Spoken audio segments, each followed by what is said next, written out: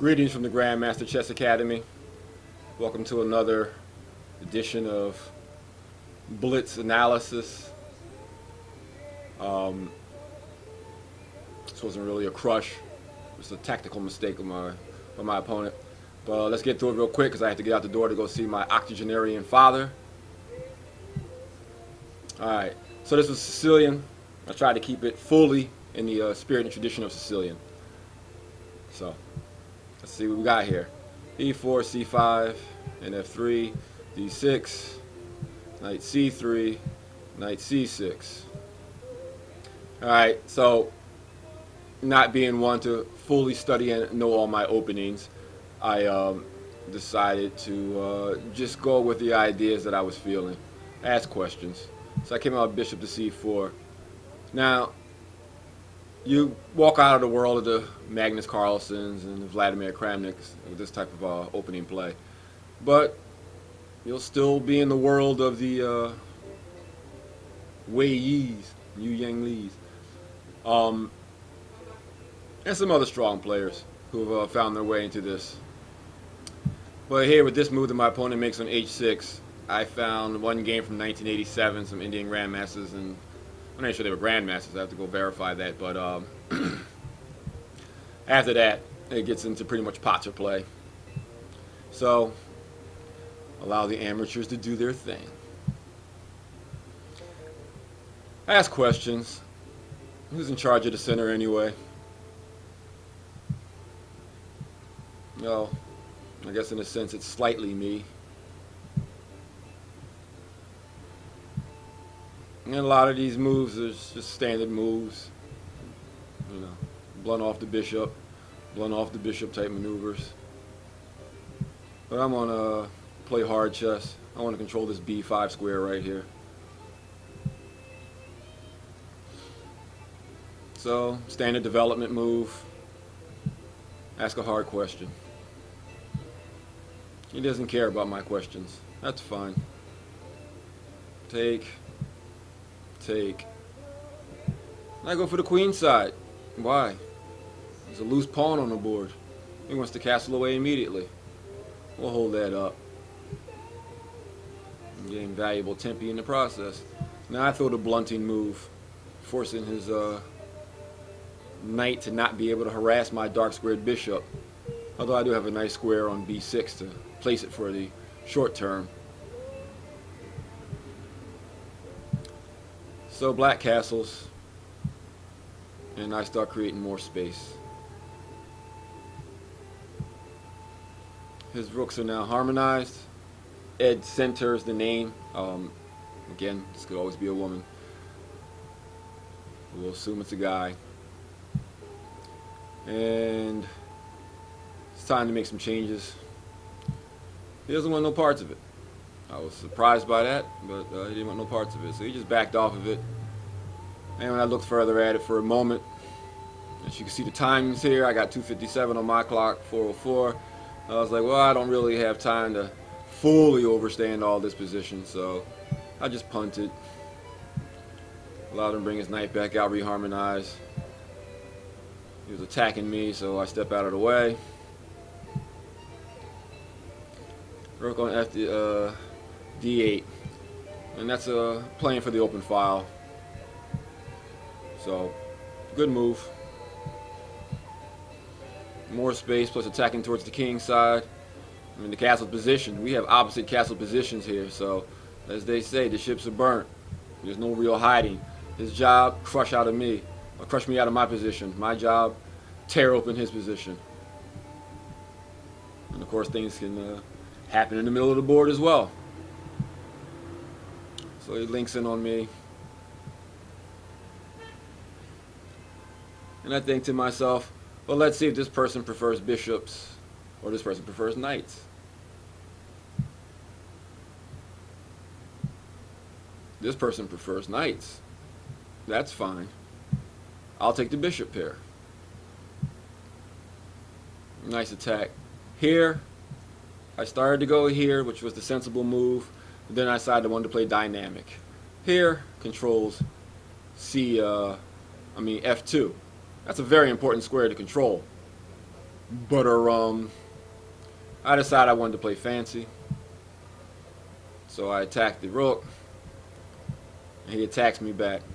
Now here, this is really the first thing to pay attention to in the game that's really serious. Because when you are calculating, you have to pay attention. You have to see what it is that the board is telling you and what the position demands. Now this is just a simple screw up in one's head, but you can see what happens. Now it screwed up in my head for a moment, and then I realized no, the position will actually be even if played correctly. My opponent did not play correctly. I took a rook, my opponent took a rook. We're even, right? I take my opponent's knight, my opponent takes my bishop. But what happens when I take the bishop? Oh, my opponent's simply down a piece. However, they say 3 pawns equal a piece. So, there went the first pawn. I decided that the bishop pair plus one pawn in value should be enough. As you can see, my time is now really getting low, down to 126 against this 308, and he's definitely trying to clock me. So I eliminate the rook, and now there's my bishop pair, and he gets another pawn. So he's up 2 pawns, I'm up a piece. He gets another pawn. We're mathematically even, but that doesn't count for position. So we'll see what happens next. Of course, getting out, nice square away from the knight, multiple jumps away from any checks, always a good place to be. So he falls backwards. I don't know, that was an awesome move. He can't afford to give up a piece though, so he's just got to dance around mostly. You'll see a lot of that going on. So I control squares. You know, offer him the rim, or offer him the center. He takes the center. That's reasonable. Who wants the rim? Knight on the rim is dim. But I'm just going to keep harassing because my time is getting lower, 106 to 248.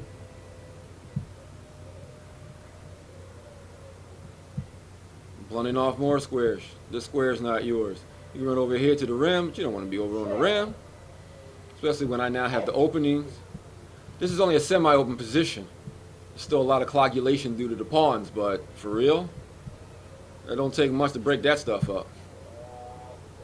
So he throws a pawn. No good. He needs to start getting his king towards the center as best as possible. I guess that was his idea for throwing that pawn. Guess he had no choice but to throw that pawn. But it's not slowing my world down. So he steps up. I bring my bishop down. Getting my king over towards the queen side. We're staying near the center. Alright. Tough question. I mean, he's kind of got me closed in, but not really. Why? Because now I control here. Very weak move. His light square, his leukopenia, light square weaknesses are awesome. So he is in serious straits at this moment. But I've only got 38 seconds to 2 minutes and 15 seconds. And he's going to come at me. But I have the mighty bishop here, which is slicing and dicing and kicking the king. And here, hey, you want to give away the piece? Play your piece against me? I don't think you're going to make it. My king's all the way downtown, controlling the center of the board. He steps back, I take my free pawn. Alright, now he's just down. It's going to get worse. That move does nothing. So I take a nice easy check. Move his king away. And that's the next serious question. He takes b5. I got 28 seconds on my clock to his 1 minute and 41 seconds. He comes down a knight to f4. A do nothing move. I move forward for my queen. He says knight to e6. Alright, and this is it. but I got only 25 seconds on my clock. Do I go for the pin that he cannot get out of and just have the piece by stepping in here with my king? I don't have a lot of time. He needs to understand that. I understand that. So I go for the queen, and Ed Centaur resigned nobly. Pay attention to what's important in the position. More important than tactics. My last move was a positional move. Yeah, it gets me a queen, but it was a positional move. I didn't just see the fact that I could take a free knight off the board. What's the most important move in the position? This really is key. Anyway, play chess, fun analysis. I have to get off to see my octogenarian father and catch 2 different trains. But have an awesome day. Study. Yes, chess, love.